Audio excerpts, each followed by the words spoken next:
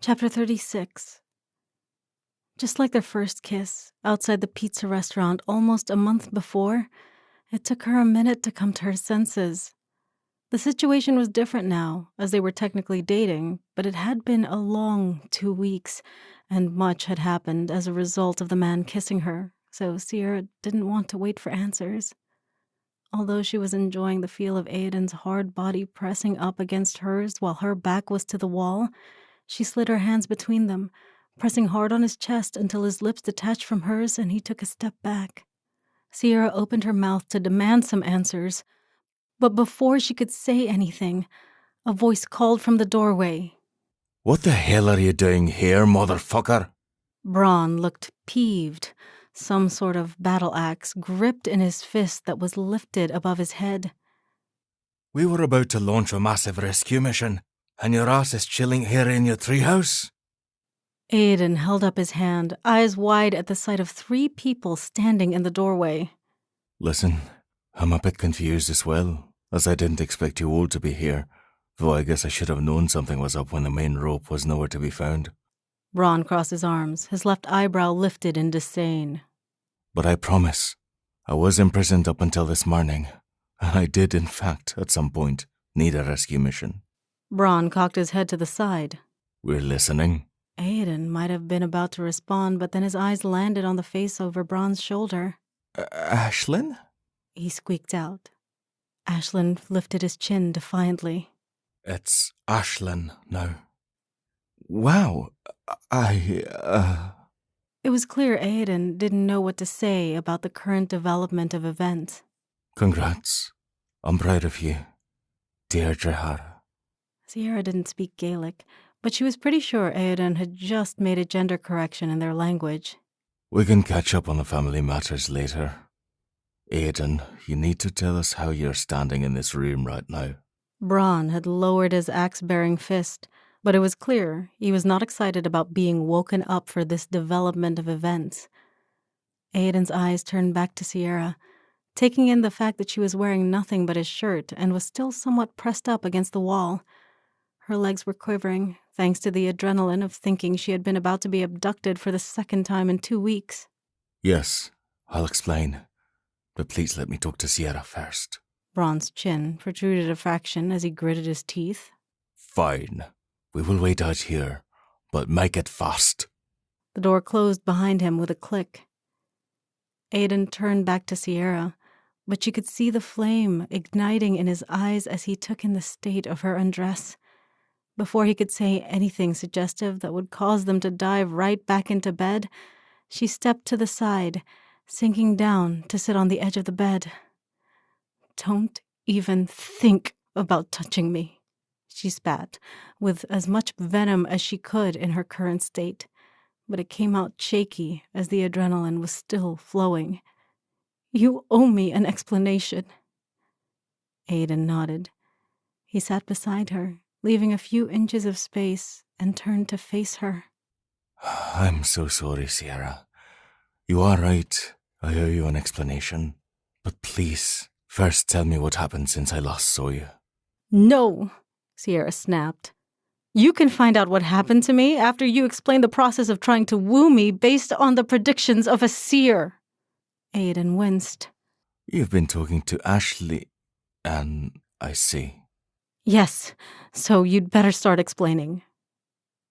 Aiden sighed, running one of his hands through his curly brown hair, which was much more unkempt than the last time she had seen him. Now that she wasn't in panic mode, Sierra was able to take in the fact that he was wearing similar clothes to Ashlyn, but they were all one color, a dull gray that didn't seem to fit his complexion, and there was a stubble across his chin, suggesting he indeed had been locked up. Sierra also noticed his eyes looked bloodshot. At least she hadn't been the only one losing sleep. "I don't know where to start," he edged. "The beginning," Sierra replied firmly, bending one of her legs to mirror the way Aiden was sitting so she could face him. She crossed her arms over her chest, but then became aware of how mean she probably looked, so she released them, clasping her hands together in her lap instead. She didn't know why her heart was in her throat at the thought of what Aoden would say, but she could barely swallow over the bundle of nerves. She knew, though, that this feeling wouldn't go away until they discussed everything, as uncomfortable as the conversation might be. Sierra had learned a long time ago that avoiding difficult conversations only made things worse. They were like a Band-Aid, best ripped off sooner rather than later. Well then. Aoden reached out his hands as if to touch Sierra's face, but he quickly thought better of it, resting them on the bed in front of him instead. I should start by telling you that my father wasn't always this way. Once upon a time, he was friendly and kind, or so my mother says. I wasn't conceived yet. But he's over 500 years old now, and that kind of time, well, it changes a person. During his time, he watched as his world was irreparably changed for a reason he couldn't understand. Aoden paused, motioning to the room around them. Once, she was a land filled with nothing but magic. Just crossing the barrier would allow you to feel it in the air. Most Fae used magic to go about their daily tasks, often not just having one gift, but 3 or 4, depending on the magic their parents possessed when they were conceived. But over the course of my father's lifetime, magic began to fade, and the older he grew, the more rapidly it faded. As a member of the council, many of the citizens began to look to the council for answers, thinking they could find a solution to the draining magic. Over time, the pressure grew even more immense. But I thought you said your father was born with weak magic. Aoden nodded. That is what I believe, but Fae don't usually have magic when they're young, and it develops during puberty. My father is convinced his magic failed to develop, although it is much more likely that he was born with very little magic to begin with. When I came along, my father was even more disgruntled to find that while I developed strong powers, it was still nothing compared to the generation prior to my father. And when Ashlyn developed even less magic... He trailed off. Well, about 50 years ago, his previous passion project became an all-out witch hunt. He was convinced that the Fae were cursed by some ancient being. First, he thought it was because we had disobeyed Mother Nature at some point, but slowly, the blame turned to the practice of intermarrying with humans. He believed that the loss of magic was a punishment from Gaia for marrying outside of our race. But the thing is, Fae and humans once lived side by side, and I truly don't believe the intermarrying was that big of an impact, except for in those lines where the Fae repeatedly married humans. Which, while it does occasionally happen for the Fae that stay in She their entire lives, it is truly rare. Usually the magic in the bloodline would bounce back in the next generation. Aoden lifted his eyes from his hands to meet hers. And there was another major problem with this theory. As my father has weak magic, we haven't had a human marry into our line for generations. It meant this couldn't be the true reason the Fae are losing magic. And so my father began going through old texts, often taking me along with him. I grew up thinking that magic was something the Fae were owed for being Fae, and that it was an absolute crime that it had been taken from us, no matter the reason behind it. But then, about 2 years ago, I started to look at how my father was treating Ashlyn, not just on the surface, where he was cordial but cold, but I could truly see how he consistently brushed aside Ashlyn's thoughts or feelings without hearing them out first. And for the first time in my life, I began to doubt the path my father was on. I didn't think that Fae should be treated differently, solely because of their level of magic, something that is completely out of their control. Then, about a year ago, my father asked me to journey north to a seer who is well known in She. When I got there, she wasn't anything like I expected. She seemed young, maybe 1 or 2 centuries, and when I walked in, I could tell she already knew all about me. Before I even sat down to explain to her why I was there, she said, "She's waiting for you." and I was more confused than I'd ever been. But then she put my hands on her temple and showed me images of you. She showed you shelving books in the library, walking down the street, and sitting by the wall, eating your lunch.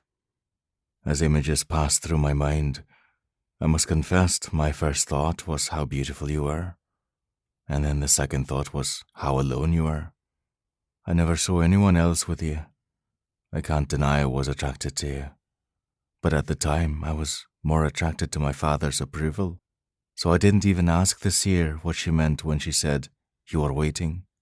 I just went back to my father and told him that the answer was a girl in Dublin, and I described you to him. I knew you were human. I saw your rounded ears in the visions I was shown, and at the time I really didn't think much of humans, to be honest. I didn't share the same hatred my father does, but to me, it made no difference. You were going to bring my father's approval, I was sure of it. I never, not for a minute, did I even think that maybe the seer had meant for those images to be just for me, that you were meant for me, irrespective of my father's plans. My mind had never worked that way before. Then I arrived in Dublin, and you weren't in any of the places where the fortune teller showed me. And for the first time in my life, I realized I might have made a hasty decision. I should have asked about when you were, and more importantly, who you were. I was about to give up after 6 months of waiting, when, at the end of summer, I just happened to be walking across campus, and I happened to look at where I had been routinely checking for you. And there you were, leaning against that brick wall, looking at your phone. And I realized you were even more beautiful than you had been in the seer's visions. I also realized I neglected to remember that I could feel your emotions. For the first time in my life, I felt immense loneliness looking at you. I wasn't sure at first if it was truly coming from you, or a byproduct of my own emotions at always seeing you alone. But I began to visit the places of the visions, and you were often in many of them, and the loneliness remained. I was at a crossroads. Something told me to go back to my father and report that I had gone to find you in the wrong century, but something held me there. I felt as if the threads of fate had meant for me to find you. So, after the third or fourth time of seeing you, I went home and asked Bron what I should do. To my absolute shock, he recommended I download some app called Tinder, which I did, and he taught me how to use it. It took me almost a month of shuffling through all the pictures on there until I saw yours, and when I matched with you, I didn't know what to say. Suddenly I realized that while I knew you, and some of the things you did, you knew nothing about me. I beat myself up over what I should say to you for a few days, and it was this mentality and debating with myself that made me late to our first date. And I'm sorry for that. But then I met you, and you became more than just some attractive stranger in a vision. You were this fiery, intelligent human being, and I wanted to be around you more than anything I'd ever wanted before. Reading your emotions made me feel things I've never felt here in she. Even so, something told me that I needed to stay away from you, and that my father would eventually take you away from me no matter what I wanted. It was this constant war waging inside myself that caused my behavior, and your confusion the first month we knew each other. And for that, I'm also sorry. Sierra looked up at Aiden, his eyes meeting hers. She was about to say something, but he pressed a finger softly to her lips and continued.